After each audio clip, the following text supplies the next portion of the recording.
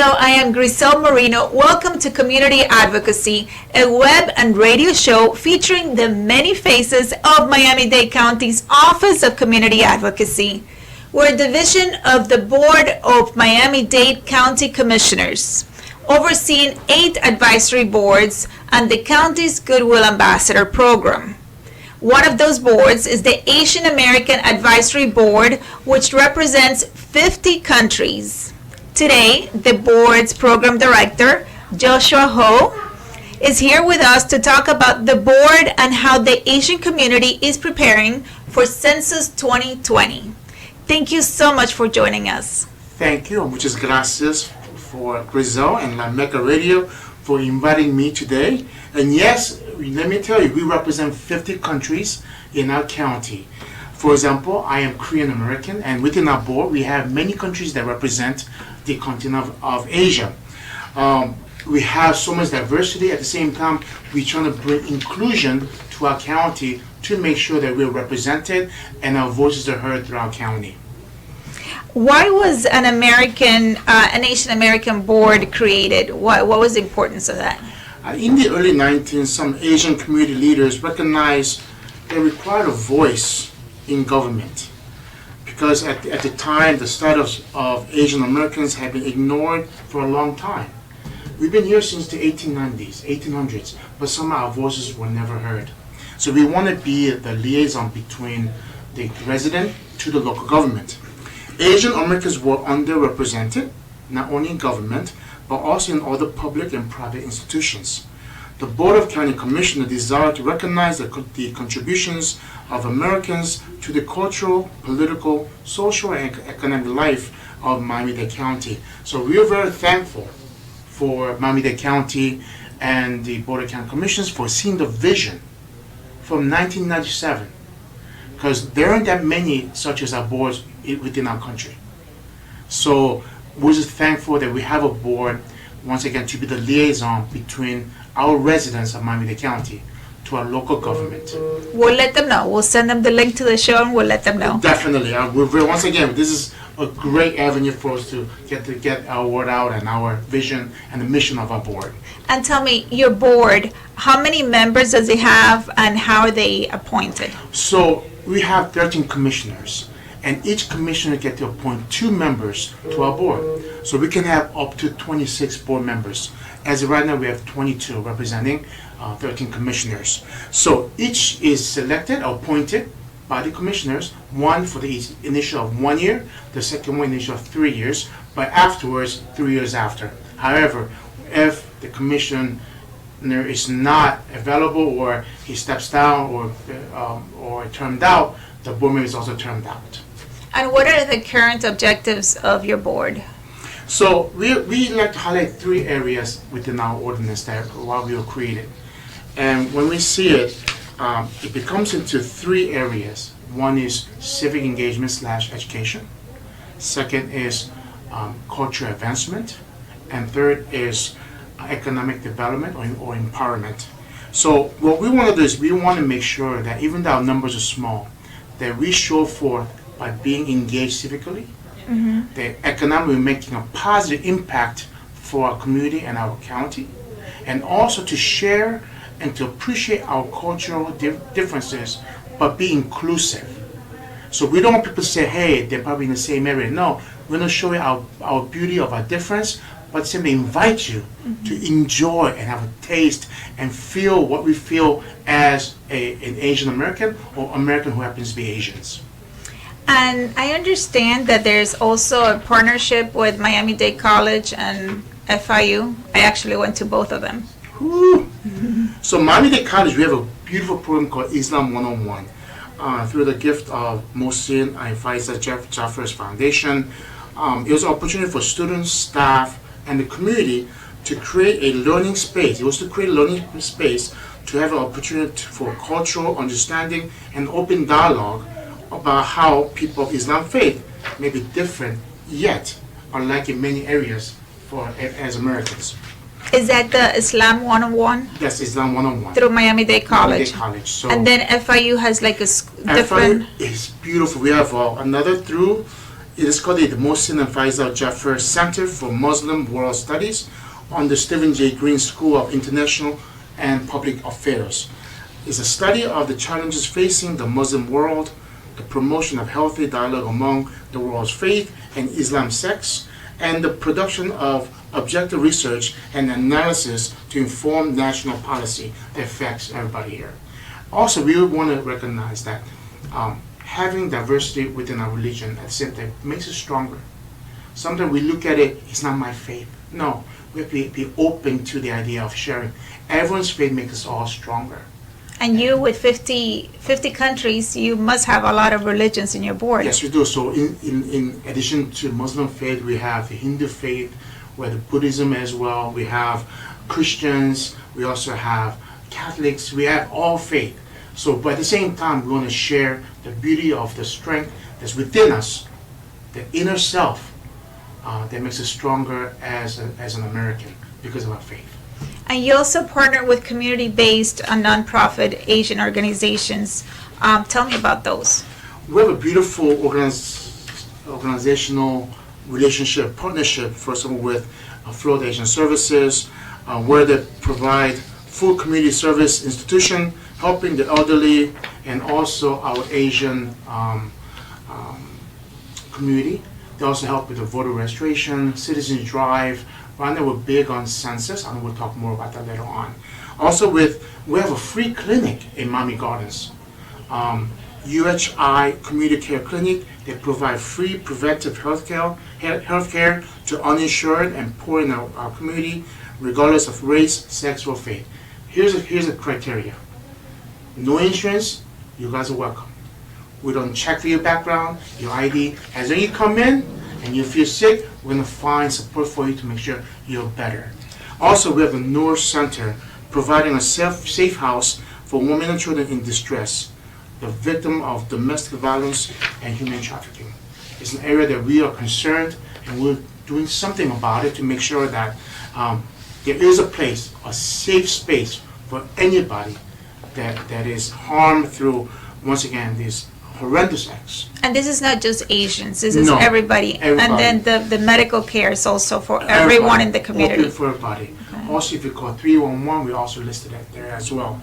Also, we have a beautiful relationship with APABA, which is the Asian Pacific American Bar Association.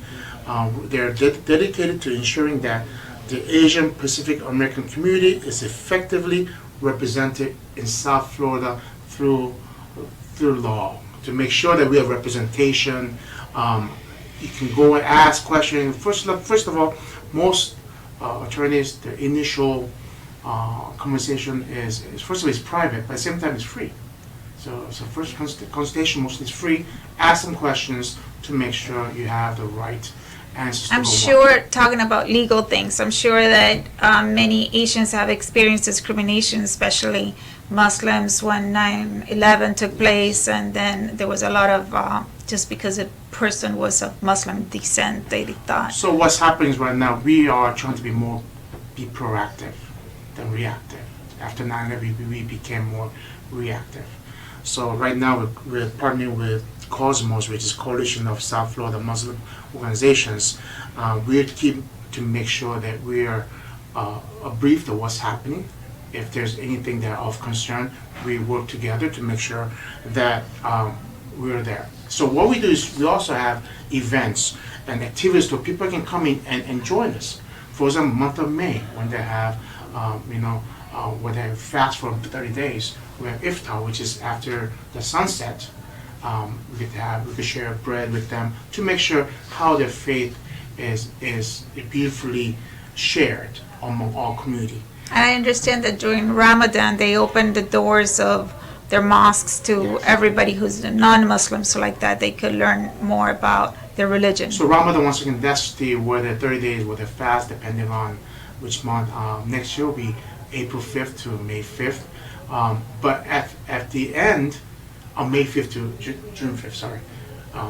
At the end, when the sun sets, they have the breaking of the bread, which is iftar. Okay. And I go there at least once, twice to share with my brothers and sisters who are of Muslim faith, to share and break bread. And it's a beautiful thing. and to, once again, to share and to learn from each other so they be more respectful of one another. Also, we have Asian Community Resource Center, back to our community relationship. It's a Chinese center, but it's open to everybody, where they'll give a lot of programs for ethnic elderly. So they will work with them to make sure they have programs on a daily basis. It's like every elderly they have in any sector of our immigrant family, sometimes when they see a familiar face, they're much more comfortable. When they have the food that's familiar to their taste, they're more comfortable. So it's geared towards Asians, but everyone is invited. We also have a new partnership with North Miami Beach, where we have the senior center open on a monthly basis. On the first Monday of every month, we have an opening. We share the connection between the local government, once again, to any services they might be offering. We had last time AARP came to talk about it. We talk about census. Anybody with situations that might need our help, we try to help them out as well. The last one we have a good partnership is the National Association of Asian American Professionals. Mostly young 30s and 40s come together, network to make a positive impact in our economy, to make sure that we're hiring. We're losing a lot of good, future, bright workforce because lack of connections.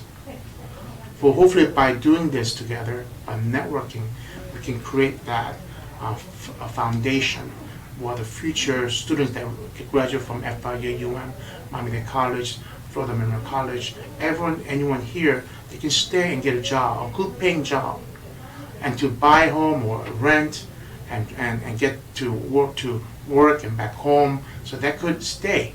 And I could imagine that many of them speak another language. Yes, so even though we're 50 nations, some countries have over 100 different dialects. For example, India, China too, even Korea. So that's one of the challenges that we have. And the thing is, our county offers mostly in 3 languages, English, Spanish, and Creole. So that's we're coming to see how we can assist as well. Some of our board members speak other languages, second languages. So if we're able to, we'll try to help them out with translation. We also have translation services that you might have to pay for a little bit, but we can have that connect you to that person as well. But saying that we're being the voice. And we're going back to later on to census. That's what we need to make sure everyone is counted. If everyone's counted, then we can ask for programs. If you see a spike in one Asian, let's say, ethnicity, you can say, you know what, maybe you can have another language to add to the 3 languages that we have in the Miami-Dade County. So we want to make sure that the programs are there in education, in public sector, hospitals, but at the same time, the programs, there's so much money that gets shared through the census, and people doesn't know that. A lot of programs, close to $700 billion per year, is shared throughout the U.S. And our state roughly receives about $44 billion per year. And actually, talking about Census 2020, you have a chair, you've been appointed as part of the task force to be the liaison with the Asian American community. So our county is a forefront in making sure we're counted. So we have a Census 2020 task force of Miami-Dade County. The chair is our beautiful Commissioner Bovin. Also, the vice chairs are 2 board members of this Miami-Dade County Public Schools. But we have Tony Vu, our second vice chair, who represents our Asian American Advisory Board. Also, we have Junior Tim Wong, who is one of the directors at Florida Asian Services, also appointed to the task force. Just to let you know, we have a meeting October 7th at the Northeast Branch Library, which is in Aventura, to make sure that they're going to finalize all the findings, but at the same time, we're requesting any media, of Asian media, to come and be a part of it and voice your concerns or how you can make an impact for the Asian community. October 7th, 10 a.m., Aventura at the Northeast Branch, Miami-Dade County Library. When you talk about Asian media, it's mostly newspapers, right? As far as I know, there's not like a TV station. Not in Miami. Miami is not there yet. But if you're in New York, Washington, D.C., Atlanta, major cities that have a larger Asian community, they do have a lot of cable tab or cable dedicated. Like for Dallas, my sister lives, they have 3 Korean channels. Wow, that's a lot. So depending where you are. But at the same time, we get our news from newspaper, internet as well. So we want to make sure that we're out there to make sure that there is a channel that we can communicate to. And I think that's important. And a good channel is your board, because Yes. you represent 50 nationalities. So with having that many nationalities, how do you decide what to cover? so it's through the committees.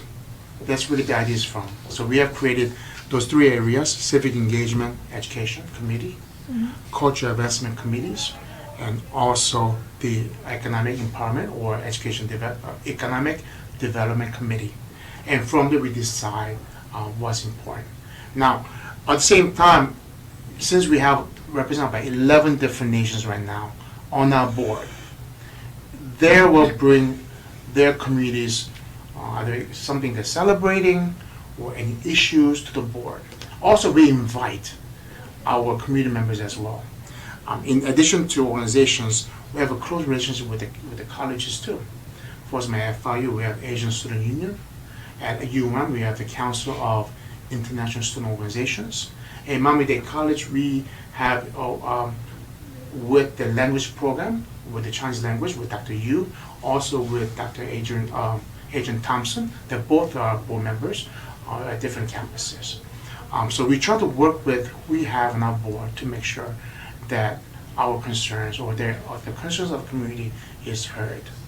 Many people may not be aware that the cultural events that the Asian American Advisory Board holds, that they also generate millions of dollars in economic activity. What are some of those? Well, you guys are all invited. We have one of the 2 large events that we have is in February. I think it's February 17th of 2020 at the Miami-Dade College Kendall campus will be the celebration of the Chinese New Year Festival. It is organized by the Chinese Cultural Association and Chinese Cultural Foundation. Okay. Let me tell you, these are Chinese Jamaicans. Jamaicans? Yes. When they came here, they realized they're missing a part within their families. They realized their children are missing a part of their heritage and culture. So they came together and said, you know what, let's start something together. So it's been 30 years now. So they come together. We have between 6,000 people to 8,000 people in one day celebrating and seeing a show. And it only costs, I think, $12. Then you have different food there as well. You have different food. You have shows. You can buy stuff. It's exciting. That's one. Then we have in March 7th or the 8th, 2 days, the first weekend in March at the Fruit and Spice Park, we have our Asian Culture Festival, organized through or partnership through the Thai American Association of South Florida. It is a beautiful partnership that we have. We get between 10,000 to 15,000 people in those 2 days. They come from all over South Florida, enjoying the shows, the food, the camaraderie. Also, we is supported through our consular office in here. For example, the Turkish Consul General is involved, the Japanese Consul General is involved, the Taiwanese Director General is involved, the Honorary Thai Consul General is also involved. So we try to make sure that everyone gets involved. Once again, we want to make sure that we are inclusive. Is that also part of the Asian Cultural Festival, or is that another event? So during the month of May, thank you. The month of May is Asian Pacific American Heritage Month by our country. It is a designated 1 month of May for the Asians to celebrate and to share our cultural advancement, our accomplishments as Americans in the U.S. So in our board, we do annually at the Stephen P. Clark Government Center a kickoff celebration with shows, sometimes with a little bit of tasting of different food, but at the same time meeting other Asian leaders as well. Also in May, so It's also in May. so save the date. It's gonna happen So in all in May. Also, we work with, to share our culture, we work with the VA hospital, USCIS as well, our other intergovernmental agencies, to let them know as well, to be more sensitive to the Asian community as well. So it is more of an exchange of ideas, exchange of culture, exchange of just being Americans who happens to be Asians. And we're proud to be Asian Americans or American Asians. That's great. I'm marking the calendars to those events. Oh, save the date. Our board's community recognition dinner is May 30th at Coven Center in FIU North Campus. Save the date. Okay. Little plug-in. Yes. I also wanted to find out, does your board provide any type of services? So our board, like the other boards, we do not do direct services, but through our community partners, we try to connect them to the service they might require. So we are the connecting, we are the liaison, we are the what's the other words that makes Bridge the the bridge, gap? the gap, or I had another word before, but it just left my mind, to make sure that we connect you to the right people, right organizations. Connected to the dots. Yes, to make sure you're heard. Now, you have to understand, your commissioners and the mayor too, they have open door policy. They welcome you. Don't be shy or afraid to go. Just call them, knock on the door. If you need to assist them because of language, then let us know. We try to help you as They well. can also go to your board meetings. You meet once a month, and those are open to the public. Can you tell us what time and where? So mostly we meet on the second Tuesday night of every month, except for the month of August and December. So we start around 6 p.m. at Stephen P. Clark Government Center on the 10th floor. You guys once again open to come, listen to us. Also, we give you opportunity to speak as with all other boards, because we need to hear from the community. We're here for you. It's not just Thank for the you. board members. And can you yes. tell us your social media profile so people could follow you? Yes, and I want to thank Griselle for your help to creating the handles, right? Yes, Yes. the user handles. User handles. So I'm really big on Facebook. So if you're on Facebook, it's at MDCAAAB. So MDCAAAB. Also Instagram, MDCAAAB. Twitter, MDCAAAB. So MDCAAAB, Asian American Advisory Board. We're running out of time, but please let us know if there's anything else that I haven't asked that you think it's important for the community to know. Asians, we're all Americans. And I told my board members too, we're working for our future. I have 3 kids, and I don't want them to go through some of the challenges that I went through. And it is the board's duty to make sure that as an advisor capacity to our county board commissioners, to let them know, hey, we need to make sure that we have an equal playing field for everybody. But also to strengthen the future of our county. We want to make sure that our county is stronger economically. We're stronger because we're voting, and we're stronger because we're together. No matter what, we are Americans first. And my sons are American Koreans. They've never been to Korea. They're born in Hollywood. But because of the way they look, they may be called differently. But underline, I'll tell my son, I bleed red, white, and blue because I'm an American. So I'm proud to be American. I'm proud to be a part of Miami-Dade County. I'm proud to be part of the Asian American Advisory Board. And I want to say thank you for Meca and Griselle for this time to share. I want to say our Office of Community Advocacy with the Director Renee Diaz, we have, conversation, communications, open dialogue to make sure that we are heard. And I want to say thank you for that. No, thank you very much for everything you do. We've definitely shared a lot of information today, and we invite the audience to reach out to the Office of Community Advocacy. The number is 305-375-5730, and you can follow us on Advocacy at MDC. At Advocacy MDC, you can follow us. Thank you so much, Josh, for coming to the show. Thank you, Griselle. Thank you, La Meca. Muchas gracias. Up next, Dr. Alexandra Ivanovich from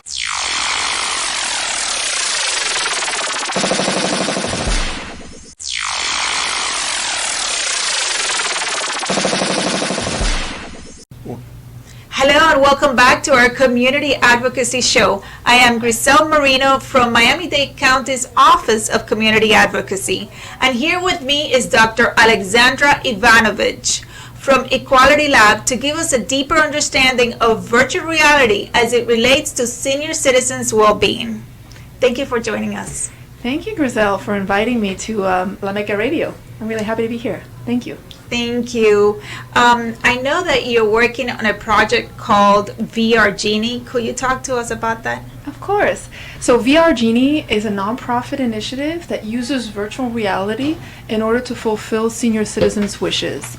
So basically what we do is we collect seniors' bucket list items, and we find immersive content that matches that experience, and we provide the experience through virtual reality goggles such as these. And what is your background?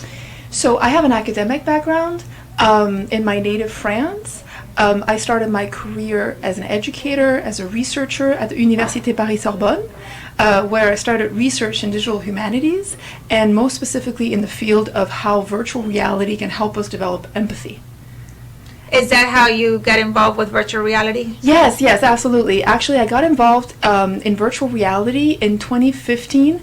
Unfortunately, in the aftermath of the Paris terrorist attacks, I was a researcher in digital humanities at the time in a research center in Paris.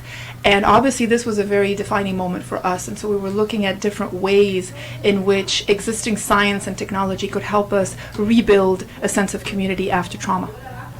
And is there science that supports that it helps with depression, especially for the senior citizens?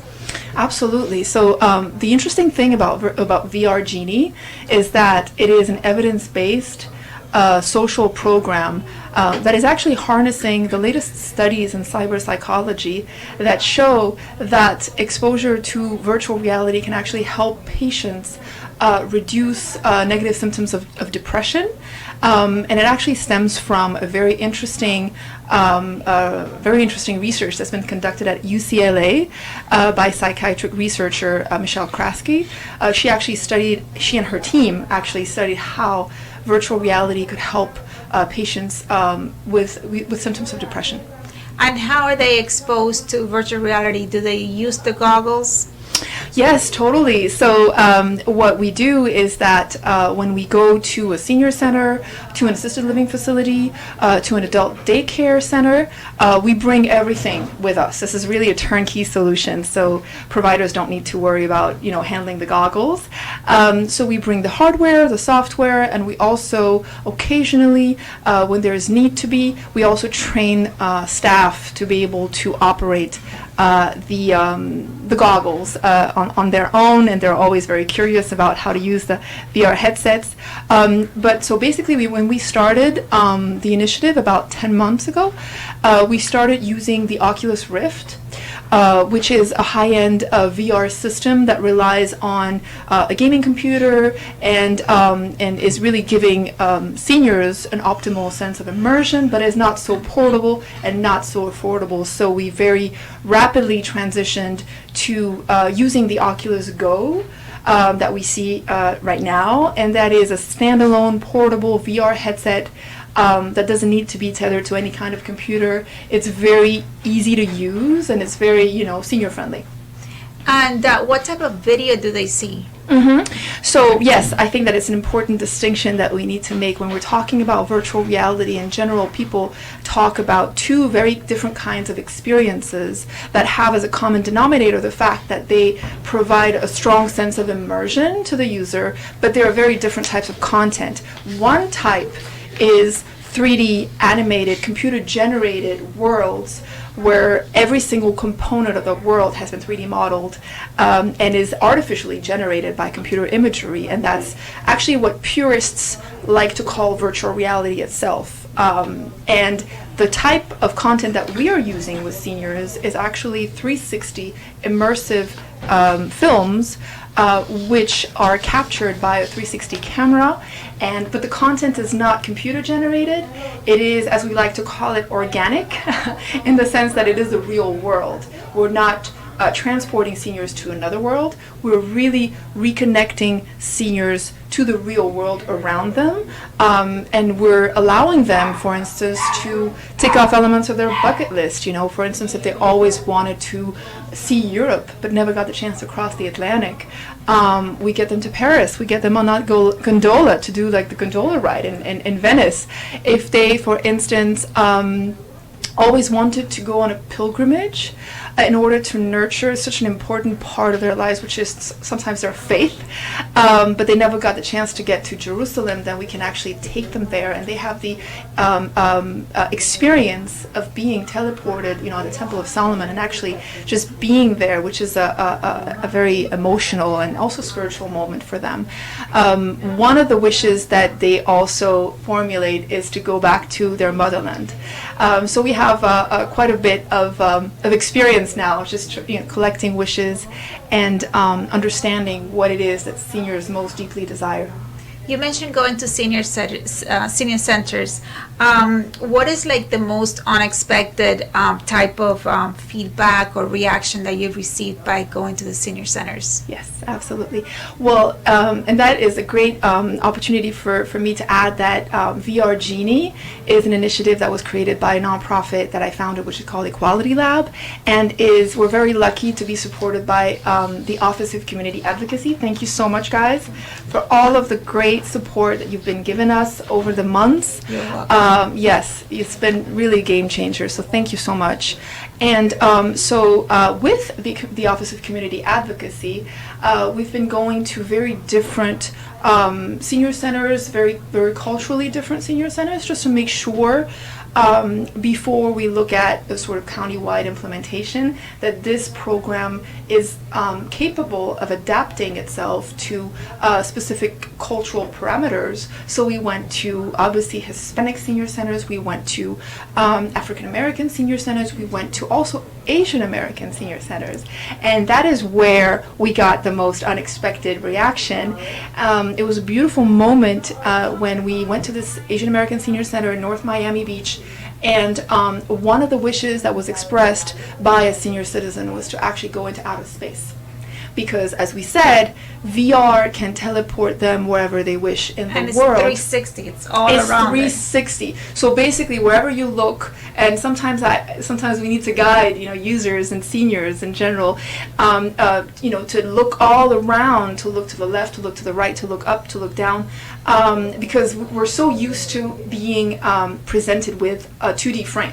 Right. Which is just a rectangle. And with virtual reality, we're stepping out of the rectangle and entering into a sphere. So when you were faced with that wish to go to space, did you have that type of video, or did you create it? No, so for that specific wish, we were able to use a library that was created by a company, an LA startup called Within, that was founded by Chris Milk, that is actually my inspirational mentor. I worked with Chris Milk when we were both working for the Empathy X Prize. So that's really part of, I guess, the strength of being able to rely on an LA network of startups in order to be able to have a varied and comprehensive library of wishes for seniors. So another startup that is really helping us, feeding us with a lot of content, is Vresh. And it's based in West Hollywood, Los Angeles. And it's been co-founded by Roland Emmerich, who's the director of Independence Day. And so what they are promoting as a concept is doing basically 360 Instagram. And so they have a lot of content. And when we presented them with the idea of actually partnering with us in order to use that content that they produce for the greater good of the community in order to counteract social isolation in the senior population. They were very happy, obviously, to see their content being put to such such good use. But so you're partnering with those three, and I've read also that something about Star Trek, that they're also involved. Yes. So let me just go really right back to the most unexpected reaction, and I'll go into it because it's the great transition. You're right, between space and Star Trek. So, but what happened at the Asian American Center is that when the senior lady got to the International Space Station, started spacewalking. She started actually walking, doing Tai Chi moves inside of the senior center because that was her way of interpreting spacewalking. So we just were amazed to see that. The problem is that all of the other seniors then wanted just to get up and and walk. Yeah, how do I follow that? Which is a big liability for sure. Definitely. So she inspired other seniors to stand up and express themselves in a way that is culturally relevant to the community, to the Asian American community. But it was just a very magical moment to see that spacewalk and Tai Chi all meshed together. So we were blessed to see that, this is one technology, this is one VR headset, one single experience, but that can be interpreted so many different ways according to the community and their needs, their references. So that was a win for us, that was a win for them. It was a great thing to see. In your opinion, virtual reality, how is it different from other activities that they do, other than the things we've spoken about? Absolutely. So when you go in senior centers, obviously there's the number one thing definitely is that seniors go there in order to get food. And so we can't compete with that. We can't compete with food and the cook. And that's really crucial. But we really see this as experiential food. We see this as food for the soul. We see this as food for the mind, to enable seniors to travel to different places, even beyond the earth, and to also explore and boldly go where no man or woman has gone before. Some seniors have gone to Mars, by the way. And so definitely experiential food. It's very different from the other activities that are offered by senior centers. For instance, playing cards, or just surfing on the web if there's a computer, or even painting. In the sense that it is very first of all, once they put on these goggles, they're really transported to another dimension. There's a very strong sense of immersion into that other world. So it's a great way for them to very rapidly transition from their daily routine with everything that comes with it to their dream vacation spot, basically. It's I like to call it sort of round trip free ticket to your bucket list destination. And I've seen in a story that CNN covered where you went to a senior center, and then two seniors that didn't know each other had the same experience at the same time, and that they were talking to one another as if they were friends, as if they've known each other for years and years. So it definitely helps out with the social. Oh, very, very important point that you're bringing up right now, exactly. And I know that it might seem a little counterintuitive to be like, oh, you're addressing social isolation with a very, apparently isolating medium, which is virtual reality. But in effect, what we have seen happen in senior centers is that when we come in with the headsets, obviously it's an event, and it becomes an opportunity for social connection. As you mentioned in that piece, the two seniors didn't really know each other before, but they were united by that same immersive, out-of-the-box experience that they had. And especially when seniors, for instance, go through very different experiences between, like, for instance, if a senior wants to go on a safari and then another senior wants to go, in Antarctica, then what happens organically is that you have one senior that just steps out of the room, of the VR room, and starts, talking to another and be like, oh, did you see that little lion that came up to me? And so it really becomes an opportunity for seniors to engage with one another, and so it is a social activity in that sense. And what are the other applications of virtual reality for the greater good of the community? So the interesting thing about virtual reality is that it has been studied right now in labs on both sides of the Atlantic, both at University of Barcelona, where there's a brilliant a researcher, Professor Mel Slater, and also at Stanford with Professor Bailenson. It has been studied for the past decades now, and it's what's most important is that it has been shown to have an impact on people's capacity to develop empathy, to develop pro-social behavior, and what social psychologists mean by pro-social behavior is just like a very complicated word to say, kindness and altruism and just being, the contract is the antonym of antisocial. So it's the idea that when you are in a VR experience and you are a superhero, and you experience, through the power of the technology, you experience the superpower to fly, and most importantly, to put that superpower to the greater good of the community around you. And for instance, in that specific study, the HERO study, participants were invited to fly, and most importantly, to save a child's life. When you do that in virtual reality, this is not a game. This actually has impact on your perception and your behavior in the real world.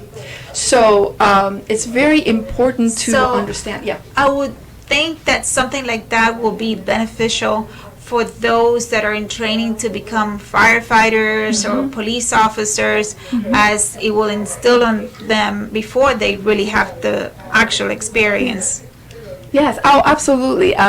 It's funny that you mentioned that, because I was in California doing a VR workshop for police there, exposing them to Stanford's virtual reality experience around homelessness, so becoming homeless. So these officers were very, brave and courageous, because they took on this innovative medium, and most importantly, through that medium, they went through the whole process of losing their homes, of sleeping in their cars, being also targeted by police. So they saw what it feels like to be on the other side, and eventually they ended up sleeping on the bus. All that through VR, and but that's also, one of the things that the lieutenants there really pointed out, is that this is such an important potential component for law enforcement training, because it exposes them to very, very tricky situations in a 3D simulation that could then best prepare them in order not only to be empathetic with members of the community that they serve and protect, but also in order to, as you said, better accomplish their daily mission. When you're talking about empathy, we can also relate that to problems that they've existed in the past with the police department and gang members, where they're like in two different spectrums. Are they working together are you working on getting something done to alleviate that issue? Yes, absolutely. We have an ongoing relationship with Raleigh PD in North Carolina, and so we're very blessed to be working with Raleigh PD, a police chief, Chief Dick Brown, who is a visionary, and she actually invited us to come and showcase how virtual reality can be used to allow officers to step into the shoes of the citizens they protect and serve last spring. And we will be facilitating a virtual reality workshop at their upcoming youth summit at the end of the month on September 28 in Raleigh, North Carolina, where we will be using virtual reality to allow officers to engage with youth, through the power of play and immersion. Basically, youth and officers will play cooperative and collaborative VR games in order to develop better communication skills, and just get that same idea that, they're on the same team. And it's basically going to be a team building workshop through virtual reality between officers and at-risk youth. So we're really looking forward to that, and we're very happy to be working with law enforcement leaders who have the vision to be able to test this and implement this. So not only seniors, but also law enforcement. And who's supporting you or Equality Lab in this type of initiative?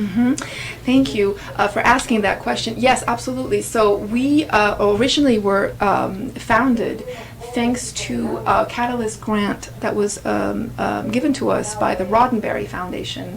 So Gene Roddenberry created Star Trek. And at that time, you know, obviously, I don't know if it speaks to the younger generation, but yeah, exactly.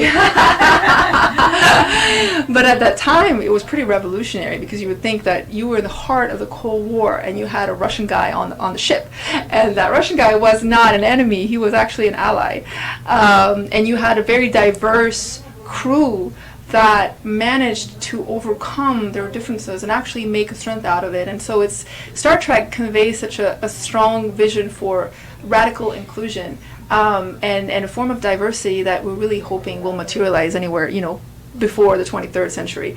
But what's interesting is that when Gene Roddenberry passed, his son Rod Roddenberry created the foundation in order to you know, identify early burgeoning projects around the world that use off-the-shelf, cutting-edge technology, today's technology, in order to help connect the dots between today's world and then, you know, Star Trek's ideals. And so that's the reason why I'm in the United States, because I came from Paris to LA to work with them, and I'm so grateful. Thank you so much. Are they here in Miami? So they're based in Los Angeles. They're based in Los Angeles, so they flew me from Paris to LA. I worked with them as a researcher to understand how we can use virtual reality to create a greater sense of community beyond the divides, especially between historically divided groups. So I would say that, in effect, law enforcement and you know, has had issues connecting with communities of color and other types of communities. So so that's why we started working in that field. And when I came to Miami and did and piloted VR for community policing with Miami Beach PD and Miami PD, you know, I also just very simply looked around and saw that there were lots of seniors. And you know, definitely isolated seniors, socially isolated seniors that were suffering from chronic loneliness. And that's where I decided to also extend the use of VR to that population.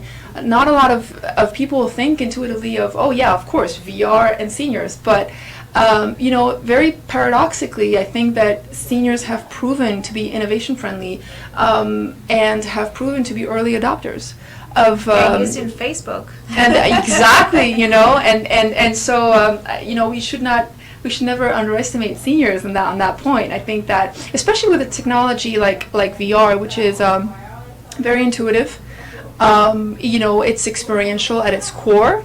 So it's really about being open to just putting on glasses and having this different outlook onto the world, and being able to go camp on Mount Everest for, you know, having a break, but on Mount Everest, or being able to, for instance, swim with dolphins. And they really saw the value of the technology as it gives them the freedom to go out into the world when maybe they don't have the financial or the physical means to do so physically, but VR gives them wings. It gives them that freedom to do so in an immersive way. And what is the next step for this? You have so many projects. Yes. What next? What's next? So I think that what's next in an ideal world, now that we have proven the concept that VR is well received by the diverse community of Miami-Dade County's seniors. The next step, and also now that we have been blessed to receive a mini grant from the Miami-Dade County Mayor's Initiative on Aging, the age-friendly initiative that the mayor has. Thank you so much also for this funding, this source of funding. I think that the next step would be to go beyond the simple implementation of the program in 1 or 2 centers, but to actually have, to take that, maybe not magic leap, but to take a bigger leap and look at the possibility of implementing this county-wide. I think that, there is definitely evidence that unfortunately supports the fact that chronic social isolation and loneliness is an epidemic. In the senior citizens population. There's unfortunately a landmark study that was conducted by the University of California in San Francisco that has proven that nearly 1 out of 3 seniors feel lonely and is lacking social connections. And unfortunately, that lack of social connection positively correlates with an array of problems for mental being, for physical well-being. Lacking meaningful social connections is actually as damaging to health as smoking 15 cigarettes a day, according to that study conducted by the University of California in San Francisco. So there is definitely a need, and VR has proven to be able to address it. I was mentioning early on the study conducted by researchers at the University of California in Los Angeles, and definitely empirically, our team, the VR Genie team, the Equality Lab team, in partnership with the Office of Community Advocacy, has seen with our own eyes, we've seen the benefits that this technology can have for the senior population. So the next step would be to go boldly go where no county has gone before. For Miami-Dade County, the next step would be if Miami-Dade County were to implement this program in all of its 13 districts, it would be making history, because it would first of all be acknowledging the gravity of this epidemic that's going on in the senior population, especially in South Florida, which is a hub for seniors. I think that if South Florida does it, then other counties and other regions, most specifically, will follow suit. So what you're thinking is like an ideal world. An ideal world. Yes, it's for all seniors. For all seniors to have access to the headsets. So okay, now we're talking about an ideal world. In an ideal world, this would be taken care of by Medicare. Now you're telling me the no limit. Okay. Yeah. Yes, in an ideal world, this would be widely accessible. You know what? The science is here. Science is here that supports that VR is a great tool to counteract the damaging effects of social isolation in the senior population.